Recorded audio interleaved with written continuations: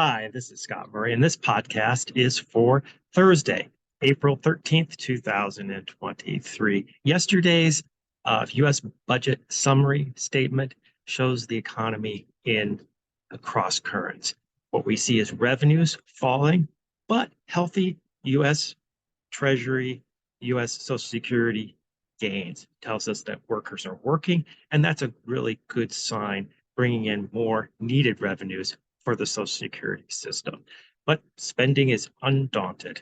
It's like a train on the track, and it wants to continue to move down its track. So let's step back and kind of get into the details and then see what the overview really helps us look at how fiscal policy does influence the ability for the Fed, its monetary policy, to influence the economy. So we're at 6 months point.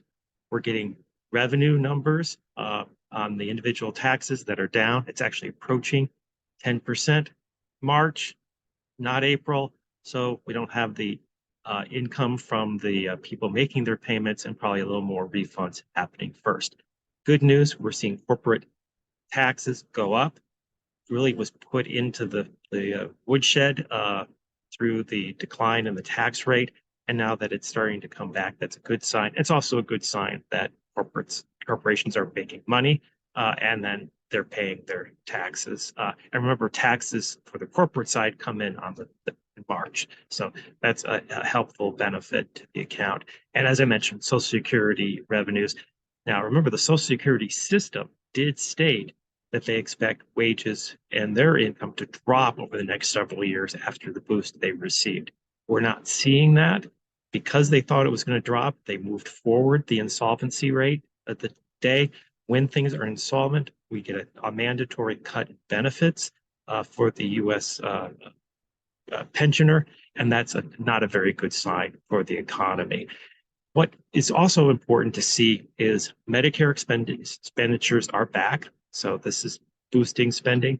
Social and education are actually still running at very healthy clips, and interest payments up 44%.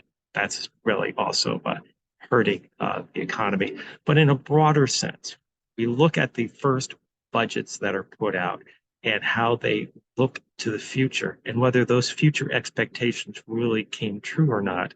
What we see categorically is that the spending is sort of projected and the outcome is less variable to what was expected. So more stable programs are implemented, the expenditures kind of fit the track.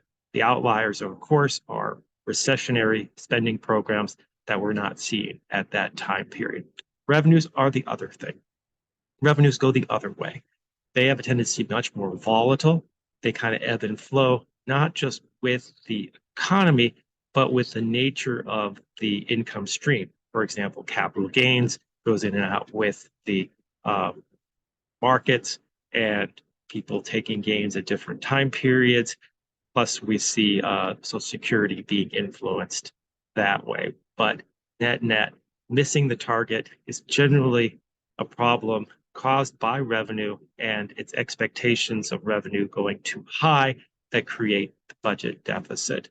And so that's something categorically we're going to have to look at moving forward, because what is being created is a fiscal stimulus. Fiscal stimulus has not just for this year, but a multiplier effect that works through the economy, continuing to add stimulus to that. And that disconnect does then impact the ability of policymakers to slow down the economy.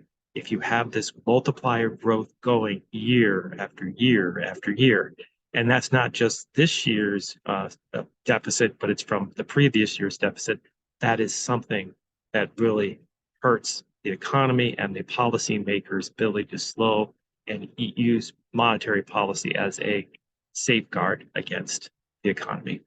This is Scott Murray. Thank you for joining me.